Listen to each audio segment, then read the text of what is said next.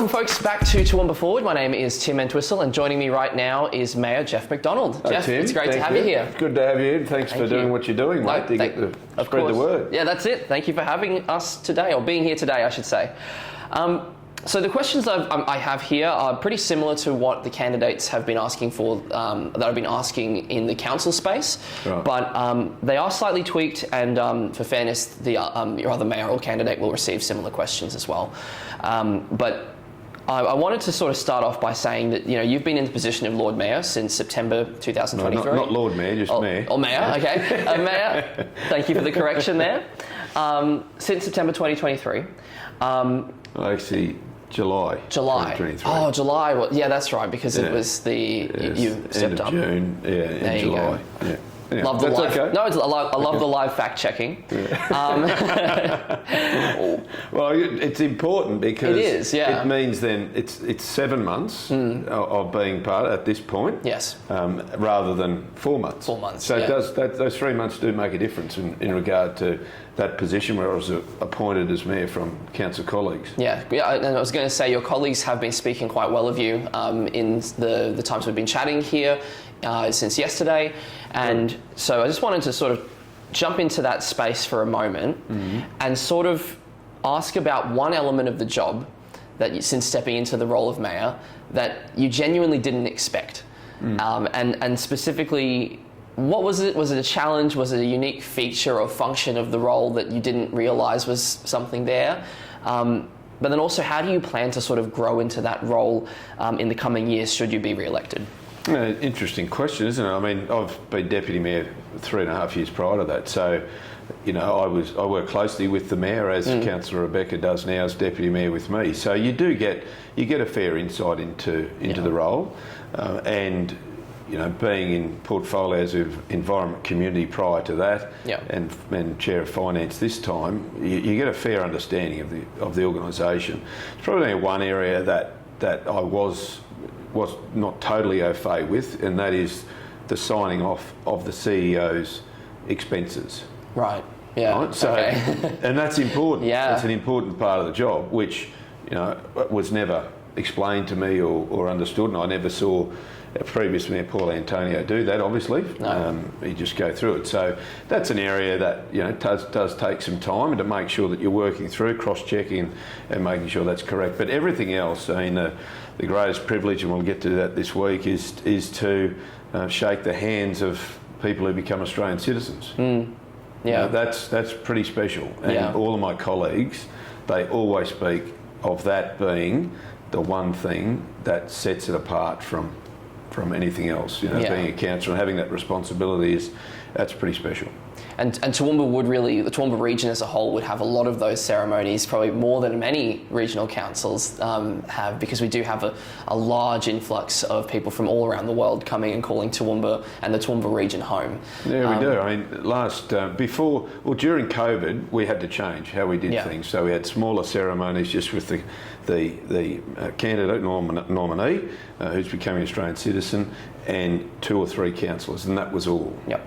So it was intimate, which was nice, but there was photos were at a distance. In a moment of time, looking back, even looking back now, you see some of the photographs of when we were inducted as councillors in 2020, masks on, at a distance, not in the room together. Our councillor photograph, we were 1.5 metres apart. It was weird. Yeah, it was really strange. Very weird. Yeah, very strange. Interesting photos that they'd be putting up in their house now, like framed and having to have a whole explanation about what happened there and to their kids. What happened there? Yeah, yeah. So getting back to your point about citizenship, we have a lot. We'll have another 100 this week. Yeah. And we had 100 last month. Wow. And last year we would have one every 3 weeks during COVID, where there was about 20. Yeah. So we do have a number, but every occasion and every recipient who's becoming Australian, the focus is clearly on that one individual because it's life changing for them. Totally, absolutely, and it's definitely a privilege to be a part of it. Hey, And singing the Australian anthem, the national anthem, for the first time with those who become Australian citizens is pretty special. That's pretty neat, yeah. I want to switch gears now to your campaign and your strategy right now for this specific election. You've identified 6 core pillars that you're pledging to work towards should you be re-elected in 3 weeks' time. These pillars include community, inclusivity, economic growth, innovation, safety, and sustainability. Well done. Yeah, You've done your research. I've done my research on that part, not the first question. I completely fumbled that one. But if you're happy to, can we walk through each of those pillars? Yeah. So No trouble. the first one is community. In your view, what does a strong community look like to you? And could you answer the question of why strength is actually an important feature for the region? Yeah, no, it's a good point. Thanks for the opportunity to delve a bit deeper into these. The whole branding, my whole branding is around working together for a strong community. That's right. And then we tip down to the pillars, my leadership pillars, I guess, if you like. And you mentioned earlier that you'd spoken to sitting councillors, and they have definitely bought in on this leadership, right, which is around inclusivity and putting community at the heart of decision making and what we're doing. A strong community means that you can actually recover from things that may happen. So we've gone through, in fact, I think it was only a couple of days after I was appointed mayor, we had our second fire of the season, which was out just past Millmerran, between Millmerran and Cecil Plains. And to see the reaction of the community, where automatically they knew what to do, they had a plan. We've been through this before as a community, we know what to do. Evacuation centres were stood up, everyone was helping each other out. And there was a sense of calmness amongst this unknown. That to me is a strong community, where you see that.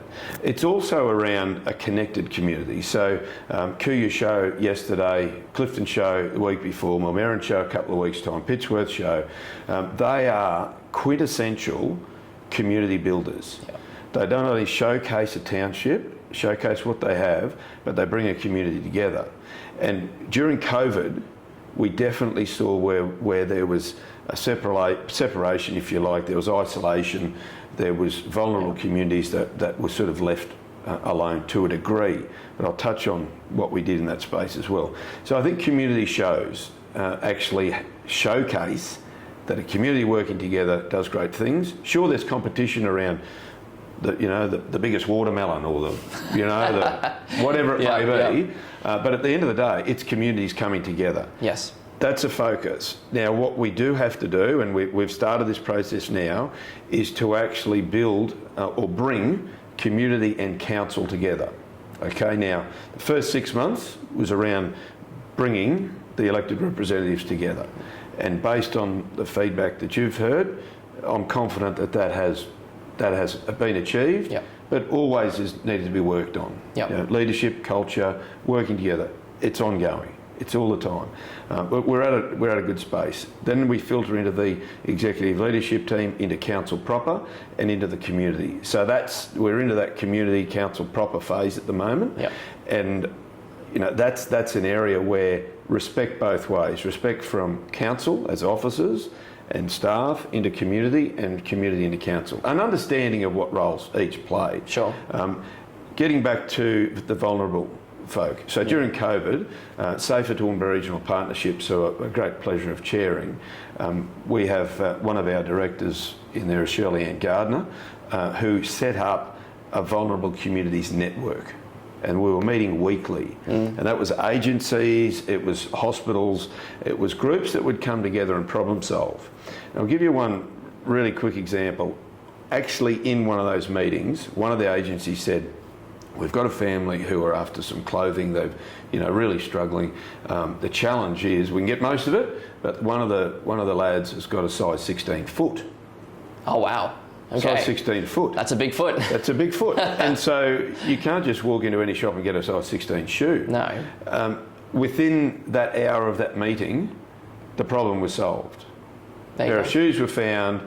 They were, given to the locally, or was it locally? Okay, locally, wow. They were found. Great. So, this is where community should be at the heart of all that we do, and therefore a strong community flows into that. Yeah, that's great. Thank you for that. Because, strength, from what you've explained, strength and resilience really mean the community can weather those sorts of storms, like bushfires, COVID, all exactly. This stuff. Yeah. I wanted to talk about inclusivity. Good. The term inclusivity, unfortunately, can get a bad rap sometimes in terms of it being a buzzword or being something that people see as cliche. Yeah. But you've chosen to use it as one of your core leadership pillars nonetheless. It's great in theory, right? Everyone loves the idea of inclusion, of making sure that no one gets left behind. But in practice, it can be a very messy process. What do you mean by the term inclusivity? And as mayor, how will you facilitate inclusion between groups in the community that will have fundamentally different beliefs and views from each other?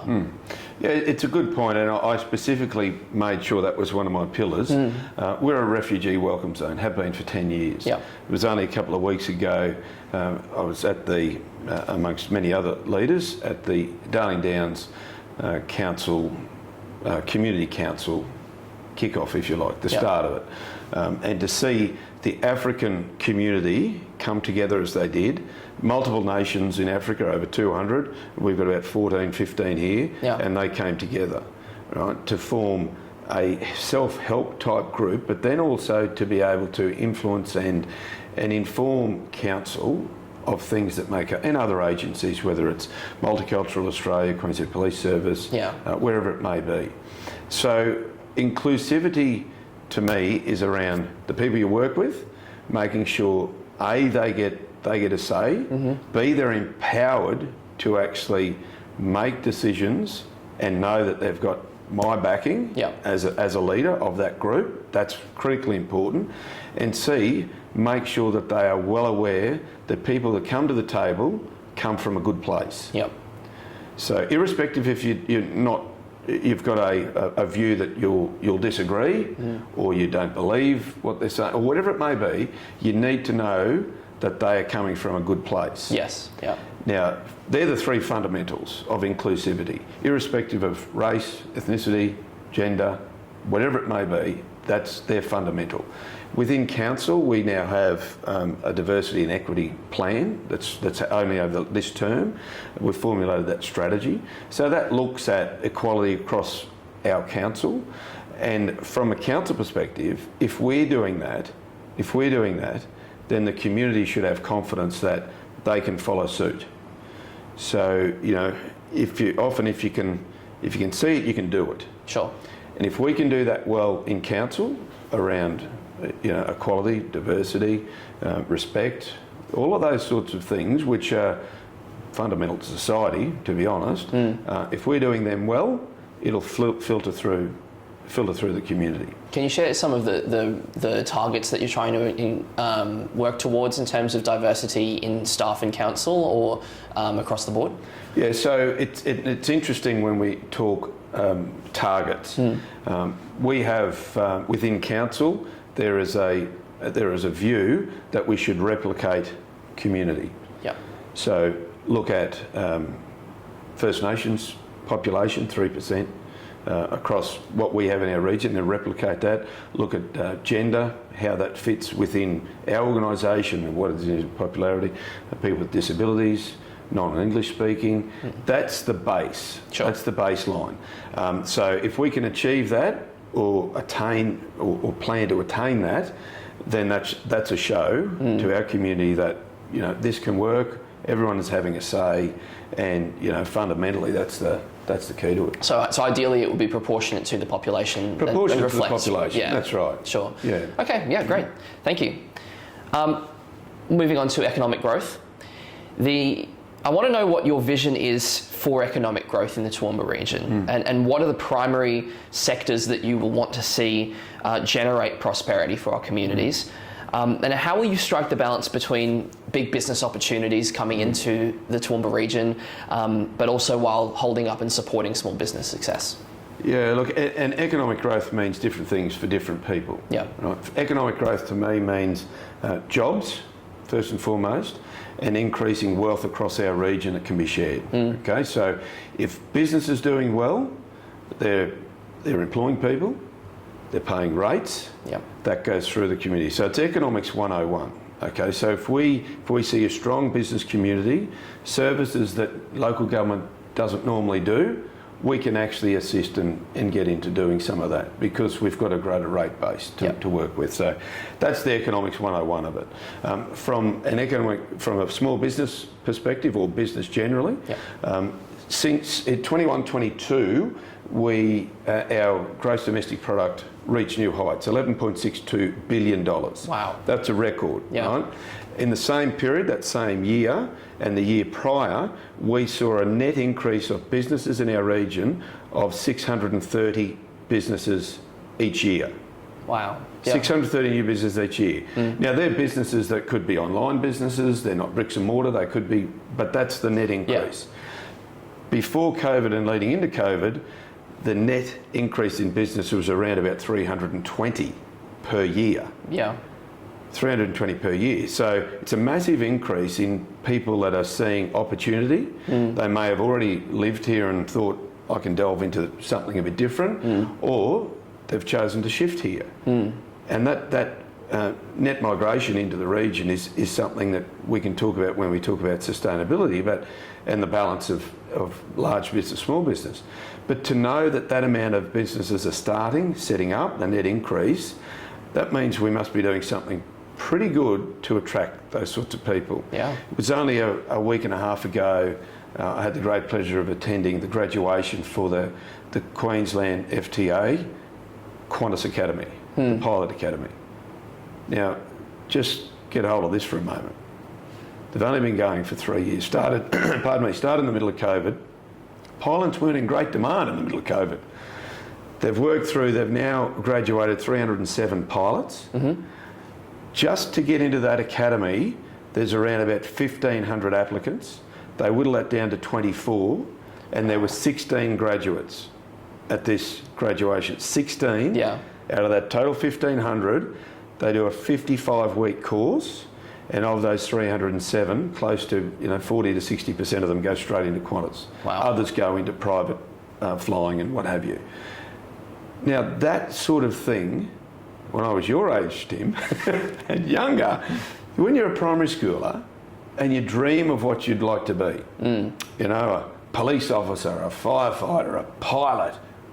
Pilot often comes up, astronaut's always up there, and we're not far off, producing an astronaut here perhaps. Hey, there we go. But from a pilot's perspective, to be a pilot, it's now an attainable dream. In our own town. That puts hairs up the back of my neck, I've got to say. And in there at that ceremony, and they're from all over Australia, these guys and girls, 55 weeks, based in here, and singing the praises of our region as well. They don't get a lot of time off, but when they did, they enjoyed what was here and they'd come back. So that's education side of it is massive for us. It's not the biggest employer. Around about 9,500 people employed in education and training. The largest employer is health and allied services, social services.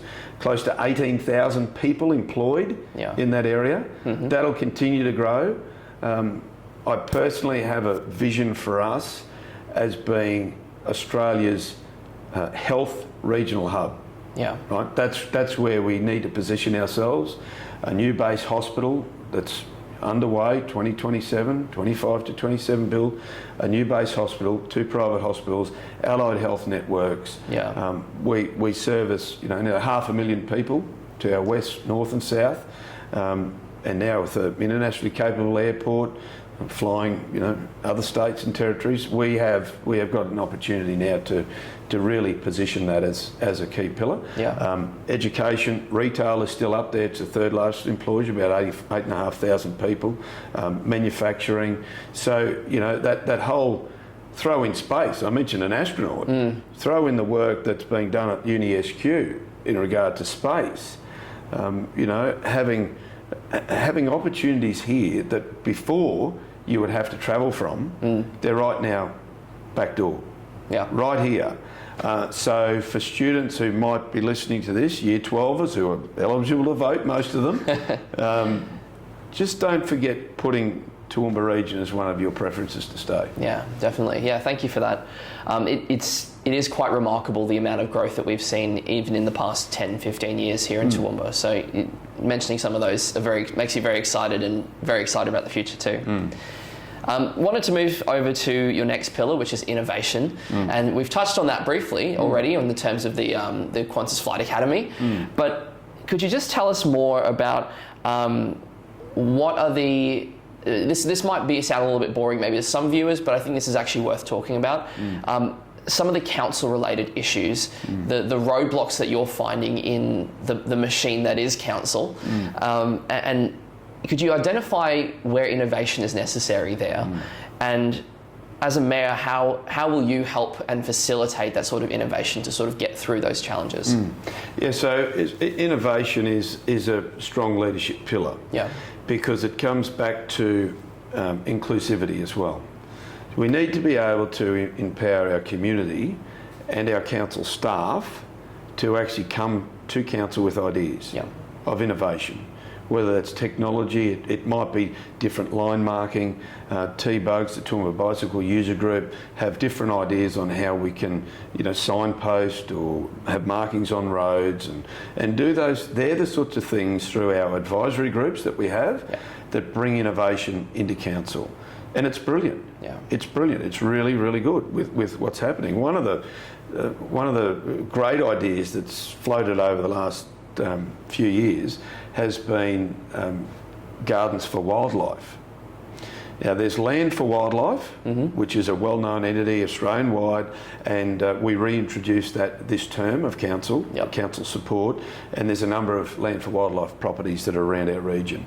Gardens for Wildlife, however, fits into the sustainability as well. Gardens for Wildlife, Hugh and Kay Krensky from the Friends of Escarpment Park invited me to have a chat with them, with Lisa actually. We went around to their house and had a look at their garden, quite amazing.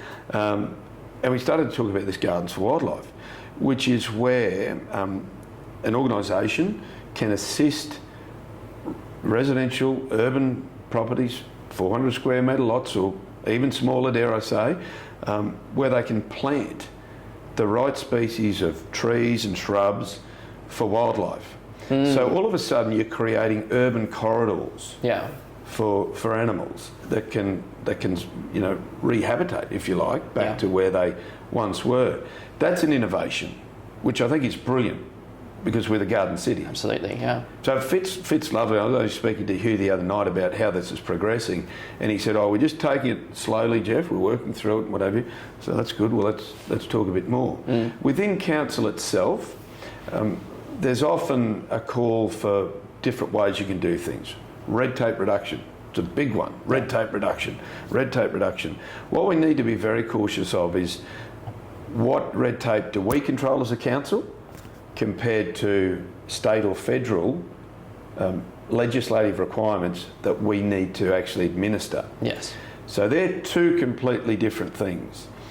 And conversations or innovations to come from community to say, it'd be good if we didn't have to do this. I don't think anyone would disagree. It makes common sense. But if we're obliged under legislation to administer something from another level of government, we have no choice. Right? So that's a challenge for us. So let's work on things that we can control. What do we have a level of control over, and look at innovative ways of doing things there. One of those spaces is around traffic management at the moment, traffic management plans, which is the bane of existence for not only event organisers, but particularly then for people who are working on roadways, whether it's putting awnings up, paintings, repairing buildings, whatever it may be, where traffic management is required.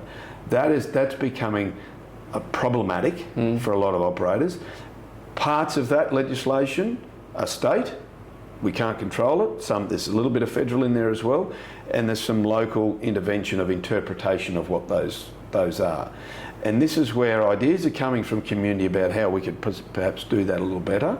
So that's a space that is creating a fair bit of attention for us at the moment, has been for the last probably 2 years, as to how we can work through state legislation, down to local government interpretation, how we can do that better. Yeah. And keeping in mind that officers are doing all they can within their remit, whether it's through policy or legislation, to do that. So innovative ideas are where perhaps something can change the dial there. Yeah, that's great. Yeah, it will.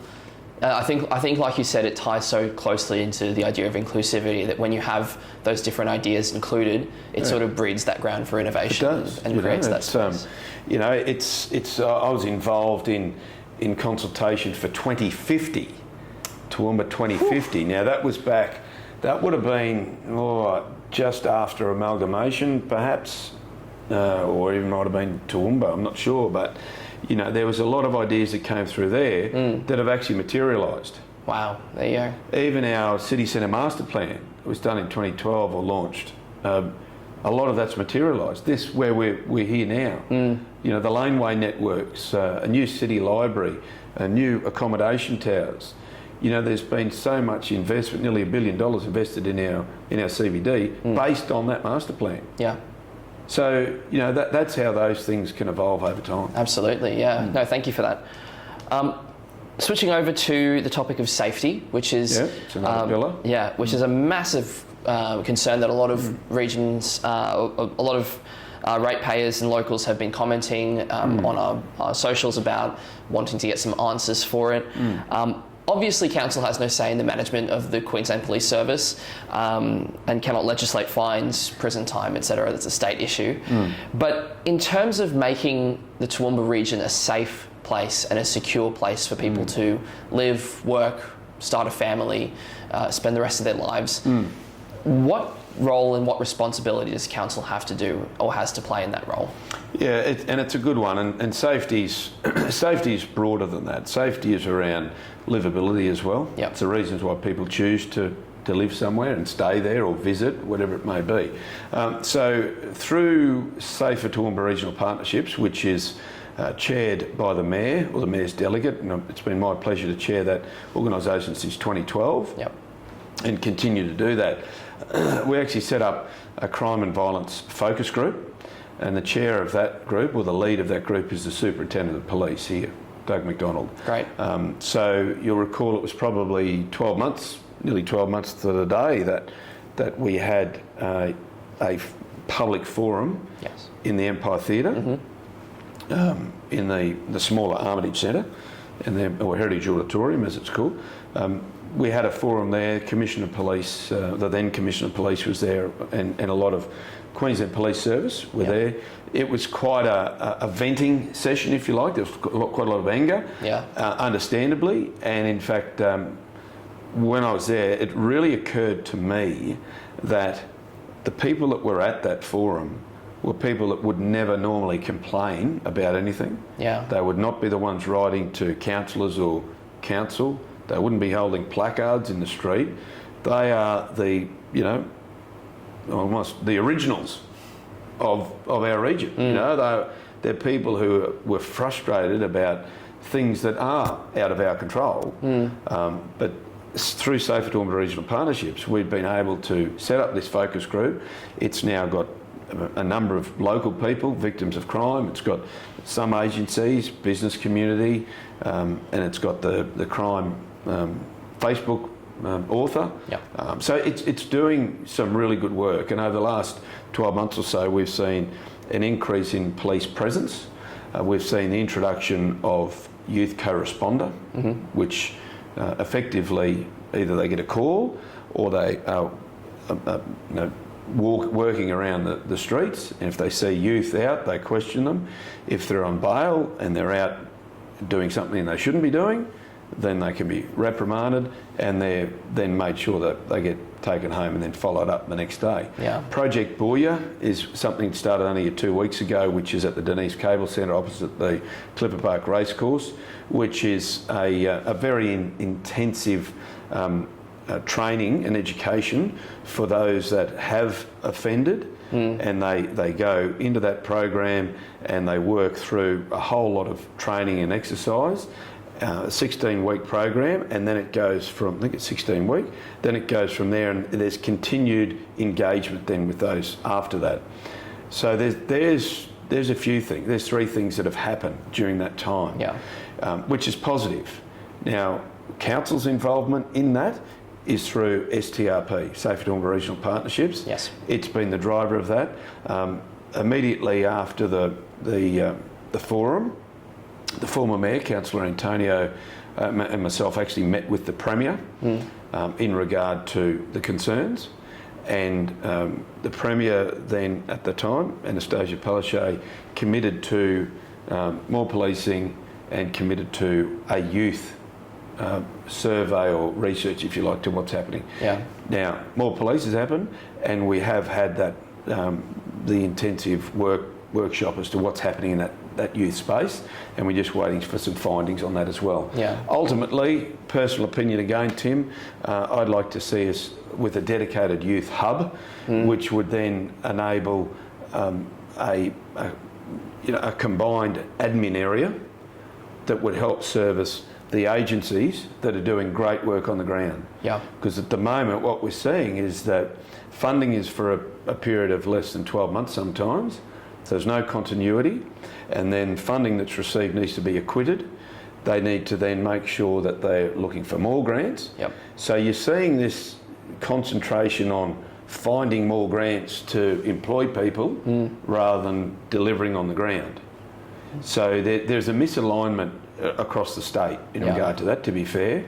If we can either a youth hub or something where there's a concentrated effort to assist our agencies would go a long way, with continued funding, a 3-year commitment on the areas that are doing great work. And we've got terrific people doing great work. Adapt Mentorship's doing terrific work, even Kubi Reflections and others. So, there's some really good things happening. Yeah. The Crime and Violence Committee, the focus group, is doing great work, and it's a great connection between council, police and the community. Yeah, that's it. Yeah, I appreciate what you said about the idea of a youth hub and sort of putting all these different heads together in order to solve those problems and actually get those things over the line. Innovation, exactly. And community. It's as if you've tied these all in together quite strategically, Geoff. Well, it's actually common sense, really, when you stop and think about what makes it a great place to live. Yeah.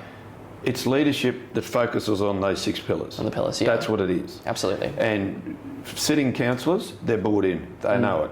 They know it. They live and breathe it. They're dedicated. They're committed to it. So, I'm just hopeful, if I'm fortunate enough to be re-elected on March 16, that the 10 councillors will do exactly the same. Yeah. We can drive this place to, great prosperity and a beautiful place to live for many years to come. Yeah, definitely. Thank you. So switching gears to your last pillar, which is sustainability. Sustainability and responsibly managing our environment is top of mind for many Toowoomba Region ratepayers at the moment. So what are your convictions in regards to the topic of sustainability and expanding more broad to the idea of climate change and those sorts of concepts? And what do you believe is the true conviction, or what are your convictions on how council should be managing the land that we have and promoting sustainability in the community? Yeah, so sustainability, again, it's like a lot of these words, means different things to different people. For sure. To be fair, sustainability, pardon me, in this instance, is more than just environmental sustainability. Yep. It's around financial sustainability. It's around making sure that as a council we're responsible to make sure that our financial position is such that we can continue to serve the community doing the core services we do. Yep. Okay, so financial sustainability is equally as important as environmental sustainability in regard to this. The balance, therefore, of economic growth and livability is sustainability. That's what it is, fundamentally. You're able to grow a community through population growth, through employment, through business opportunities, and you're also able to lift the livability to make sure that it is a place that people want to live, learn, work and play. Yeah. Right? Those two together, that's sustainability. That's what it is. So from an environmental perspective, and it's a good question you ask, because our corporate plan, which was endorsed by the current council, kicks off on 1 July. I'd encourage the viewers and listeners to get on our council website and look for the corporate plan, 24 to 28. there is a full section in there around climate change, around measuring what we're doing as a council to make sure that we're looking at the environment, the built form, making sure that we're doing all that we can to make decisions today be good decisions in 10, 20, 30, 50 years' time. Yeah. Because a good decision today may not necessarily be that. So we need to make sure that we're doing that for the future, and that's sustainability. Yeah. Just to paint a picture, if you like, around our region, we've got assets of over $6 billion. Our current budget is a $730 million budget. It's the largest in the history of Toowoomba Regional Council. Yeah, wow. Our capital program is $215 million. We've got a budget review this week, and that will be wound down a little just because of time frames, because of rain and whatever that's happened in this current financial year. This is a massive organisation. Yeah. This is huge. That's why I say sustainability needs to also have a focus on financial sustainability. We're governed under a Local Government Act.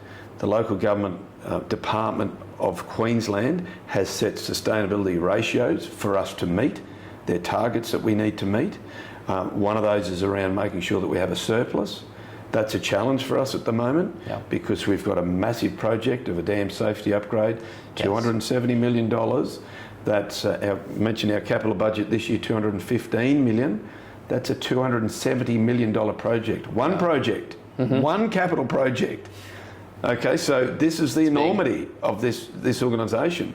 So the last 7 months, for me personally, on behalf of councillors and the community, has been being in Brisbane, in Canberra, in doing all I possibly can on behalf of our community to get external funding to help alleviate the pressure on our ratepayers for that massive build, which will be around water security for us. Yeah. Making sure it's economically viable so we can do it. And thirdly, making sure that it's environmentally responsible. That's a big task as well. Of course. Because there's a lot of works that need to go through those areas, and we've got a community, in fact the nation, is clearly focused on social and environmental issues. Yep. That's what we're focused on. We've got to be very cautious as a local government that we don't delve into areas we're not funded for, and we need to make sure that we stay on point around finances to make sure that we can deliver what we say we'll deliver. Yeah. No, so great. it's a big project, but it's downstream. It's downstream that probably get the greatest benefit. The township of Toowoomba potentially wiped out and lives lost. Yeah.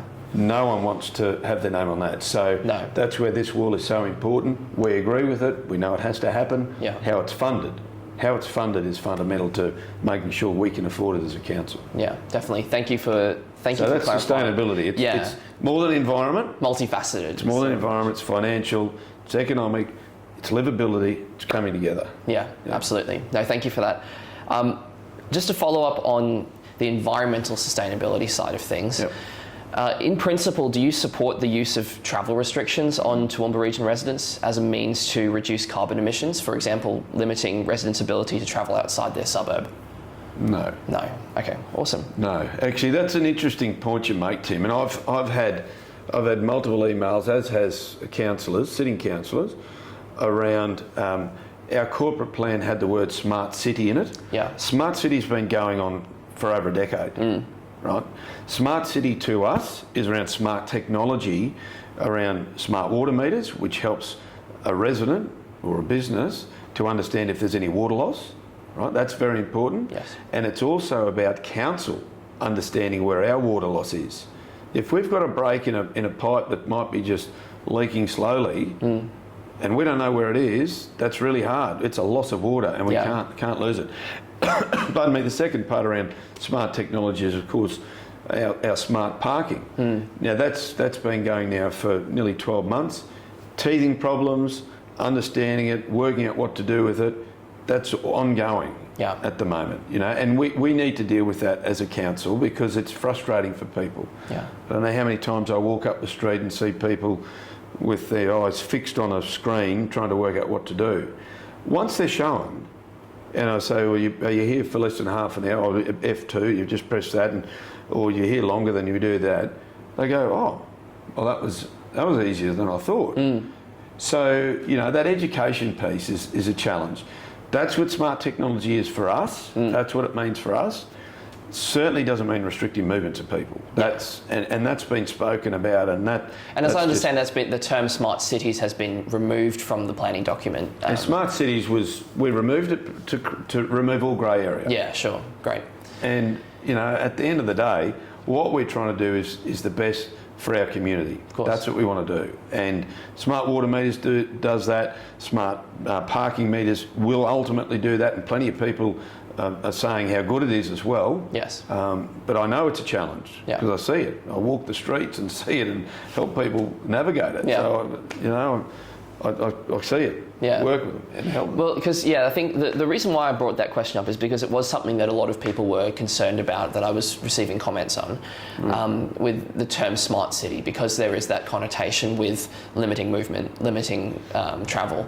Because I think in principle, most people agree and actually support the idea of having everything being within a walkable distance from their house, 15 minutes to get to the shops, to get to see a movie or to hang out with friends, have all these things.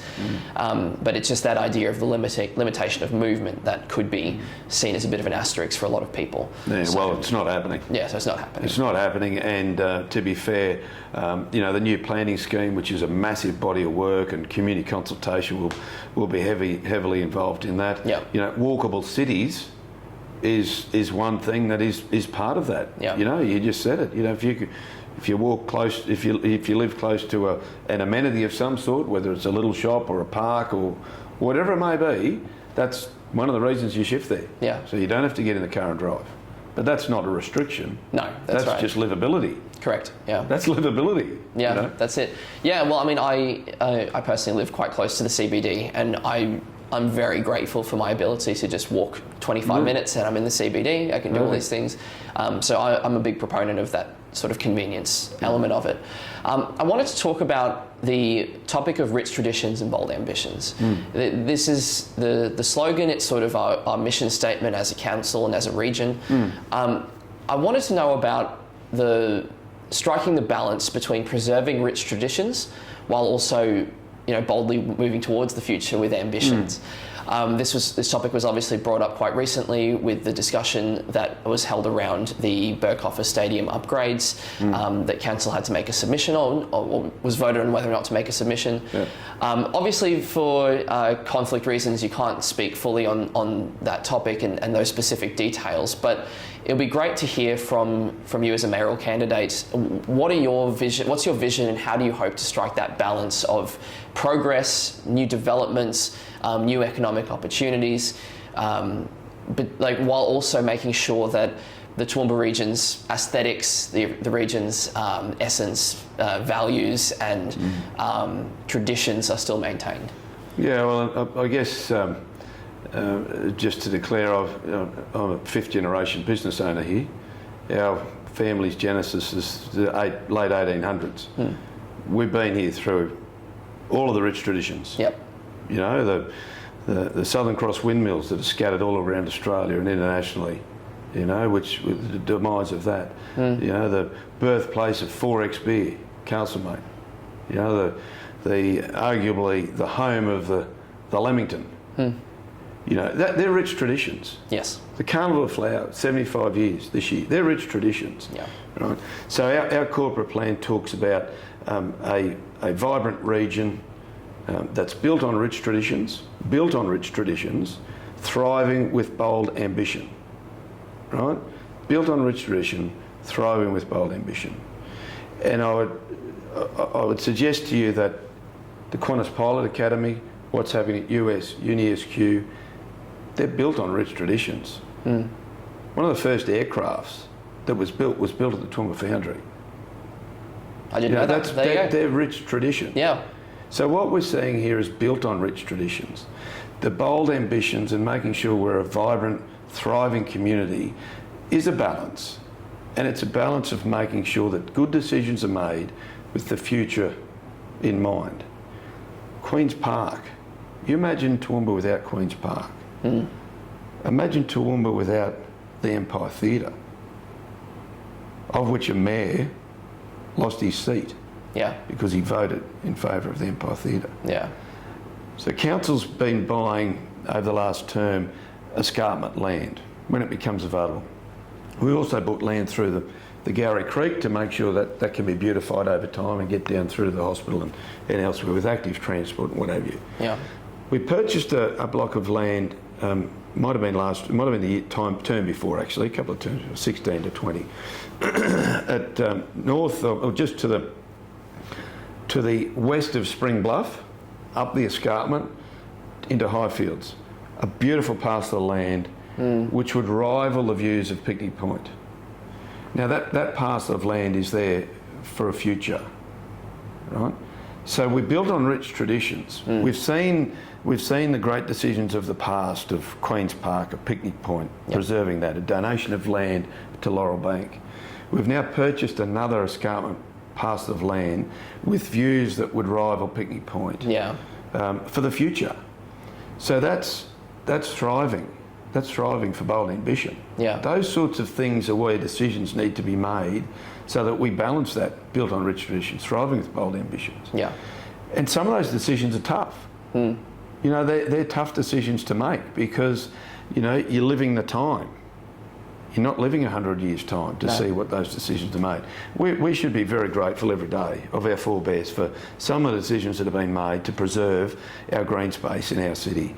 The Railway Parklands Precinct, the PDA in that area, that's an opportunity for us, not now, maybe now to start building and planning and doing it. That's an opportunity in 100 years' time when people look back and say, gee, that community did a good job. Look at this now, this is amazing. We can, you know.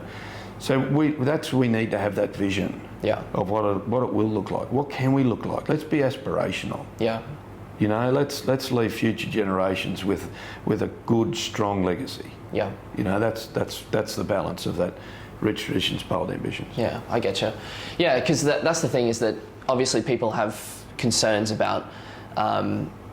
Specifically in the architecture space, the idea of beautiful old buildings that have tradition and history inside of it being bulldozed, sacrificed in order to facilitate the construction of new buildings that may not necessarily have the same rich traditions that the old buildings have. I appreciate your insight in trying to articulate the fact that when we make these decisions about the future, they are built upon the foundation of rich traditions. And I appreciate your comment on the Qantas Flight Academy and one of the first planes being built here in the Metal Foundry. So do you think that there should be anything in planning documents that would take care and caution should a new building be erected, that it would pay like homage to the previous building, that it would supersede? Do you think that there's some sort of room for that? Yeah, well, there's already a planning instrument that makes sure that you need approval to knock down a place before something happens. If it's in a heritage precinct or got an overlay, historical overlay over it, it needs to have that approval beforehand. But I'd suggest to you that we have got some really good examples of this already. Yeah. This building that you're in here, Walton Stores. Walton Stores was a massive part of our CBD. Walton Stores was massive, and it still is now. Yes, it's changed. You know, it's got a commercial element with the banks involved, and then the eateries and what have you. But yet there's preservation of some really good historical parts. The Empire Theatre and the Armitage Centre, particularly the Heritage Bank Auditorium, the church, the renovations that have taken place to blend the old and the new, by way of the glass or perspex or clear between each building.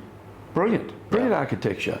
The City Hall with the annex at the back of City Hall leading into the theatre, which was opened in 2016, hadn't been used for something like 20 years and refurbished.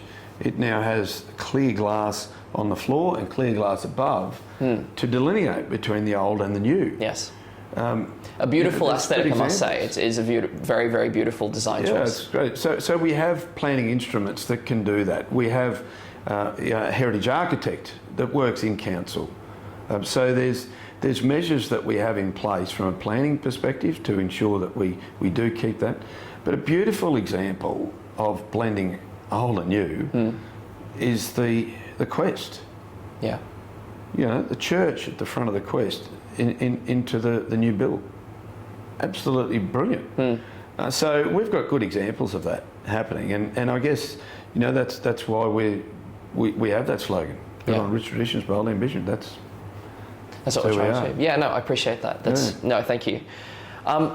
So I wanted to wrap up just by asking, just briefly about the relationship that you had with Paul Antonio, the previous mayor, and specifically the legacy that he's left behind and the legacy that you hope to forge now that is yours and truly yours.